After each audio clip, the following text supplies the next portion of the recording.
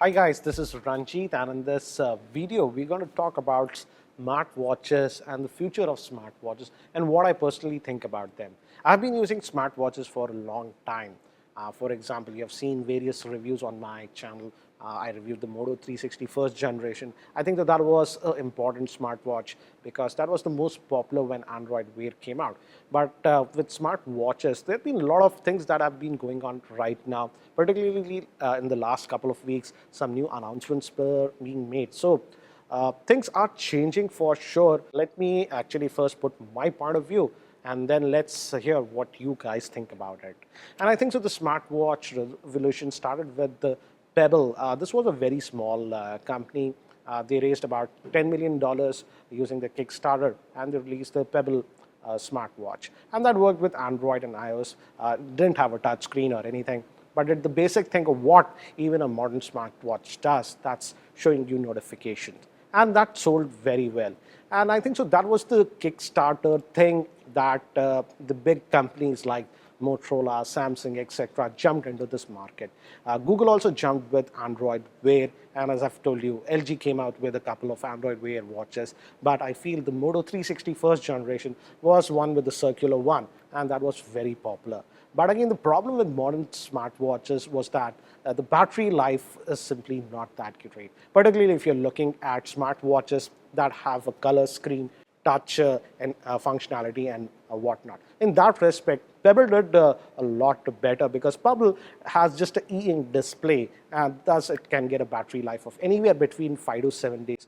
For example, I reviewed the Pebble Time Steel, and that used to last me for about 7 days. Now, if you talk about Pebble, which I feel started this whole smartwatch revolution. It's sad to see that Pebble will no longer be sort of there because Fitbit has actually bought them out. So we won't be seeing any new smartwatches from Pebble, though they had announced the Pebble Time 2 and other watches, but that plan is sort of scrapped. And if you had pre-ordered those, you'll be getting a refund. So it's no longer there.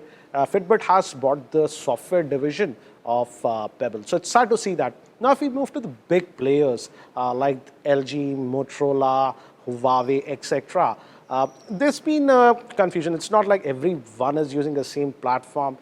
LG, Motorola, and Huawei, and even ASUS has decided to go with Android Wear, whereas Samsung is using their own proprietary Tizen, and again we have Apple, which again it's using Apple Watch OS, and the second version just came out. But what I feel right now, again, the Moto 360 was very popular. And last year, we saw the Moto 360 second generation. But strangely, if you notice, this year, there is no longer the Moto 360 third generation. Earlier, Motorola had announced that they would be releasing the next version of the Moto 360, maybe called the third version or whatever, in 2017 when Android will release Android Wear 2. But just recently, a couple of weeks ago, there was a statement by Motorola that they no longer would be releasing a new smartwatch. So it looks like they are trying to evaluate the market now, and LG also has given certain hints. For example, the LG Urbane was a great smartwatch running Android Wear, but looks like LG might not also come out with a new version.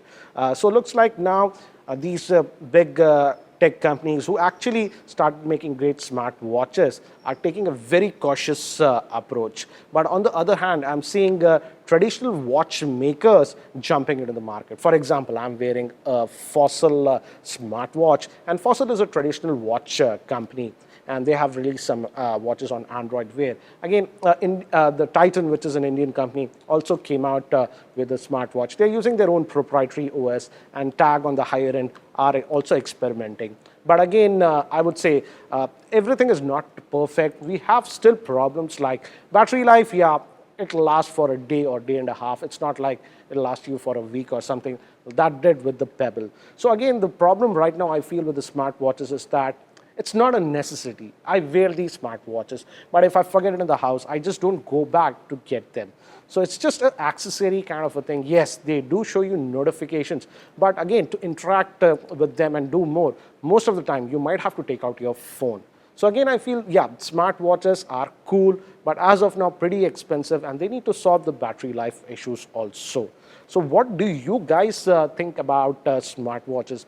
Do you own them? And if you own them, do you wear them regularly, or you have given them up? So let me know in the comment section, what do you feel about these smartwatches, and do you think there is any future, or do you think was sort of a tech fad that's going to soon fade away? So guys, that's it for now for this video, and if you aren't subscribed to my YouTube channel, hit that subscribe button. Okay, so this set was actually inspired by a fruity company. And just look at the pureness, the whiteness of the set. It took a lot of time, detail, etc. to make this. It's very impeccable, the detail to the whiteness, just notice all that. It was done very well, I would say. Just kidding, guys. If you like this set, do let me know. I'll try to replicate this. Guys, all you guys can come back. And this, yeah, making this set was not easy. It looks white. This was done in YouTube space, and the crew is coming out. They did a fabulous job of actually creating this, and took hours and hours to recreate this. So guys, a big thumbs up to all of these guys. And if you like this set, I'll definitely try to replicate it, and I'm sure I'll try to do that in my regular set. So guys, if you like this video, hit the thumbs up, and again, I'll see you later. Thank you.